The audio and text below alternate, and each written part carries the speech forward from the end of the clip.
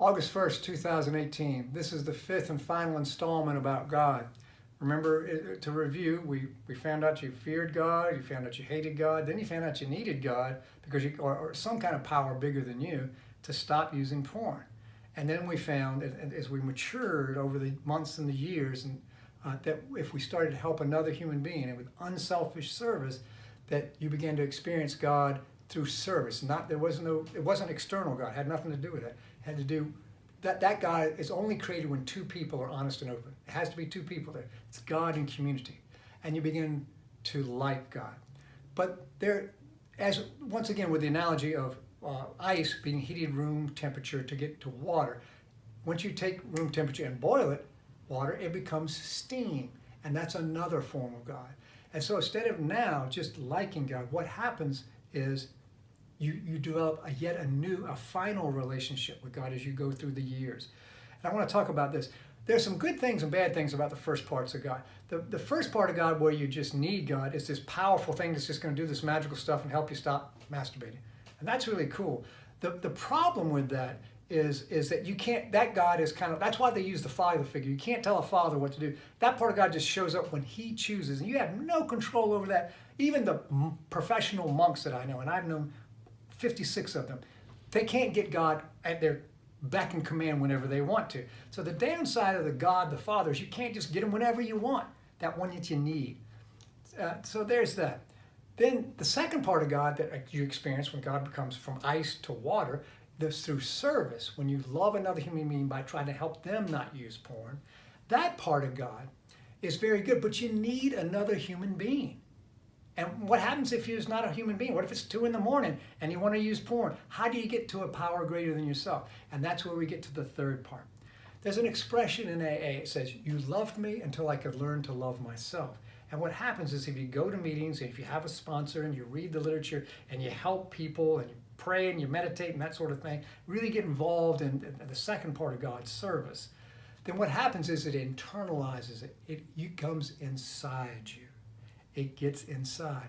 And as St. Augustine used to say, he said, I could not find you, the God within, because I was looking without. He couldn't find God because he was looking outside him. He needed to look in. Now, AA also warns that this is the last analysis. If you do this at the beginning, you will fail. If you try to look for God within you at the very beginning of your recovery, all you'll hear is a voice saying, I want to act out, I want to use porn. And you'll just be listening to your sickness, to your madness. So this is only for maturity. Months, weeks, years, decades down the road before this is possible. But what happens is you move from liking God to loving God because you've turned it inside and you love yourself. God is within you. And when you want to act out, you listen to the small, still voice inside you and you can hear it. And you can reach inside anytime, day or night. And God is always available. That's the most beautiful thing about this part of the relationship, is God is always there. You don't need another human being to be in service. You don't need the magical, mystical God. You don't need either one of those. But you need to hear. A relationship with God is like a relationship with a romantic partner. You have to develop it. You can't start the first day, and say, will you marry me? That's just craziness. You wouldn't do that on a first date. It takes months and years to develop it, but in the maturity of it, there's this beautiful, graceful, peaceful place that you can reach, and you don't need anyone else's help at that point. You can find it deep inside yourself, and you can be with the God of your understanding. And remember, you have a right to choose your conception. Whatever you chose, anything that helps you not use porn is your God. Anything that helps you, that's God, okay? And you can reach it all the time because it's inside you. It's like John Lennon said, I am you and you are here, and we are all together, okay? It becomes inside. And then you begin to love God because it's not somebody else outside. It's not your brothers and sisters. It's you. God's in you. This has been Steve D for Monks here and Act with Courage. I hope this has helped you have a new open-minded. My prayer for you is to just consider opening your mind a little bit and asking yourself honestly, do I really fear God?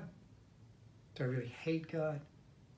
And do I really need God? And am I willing to open my mind to the possibility of God just because I can't stop fapping. Just because.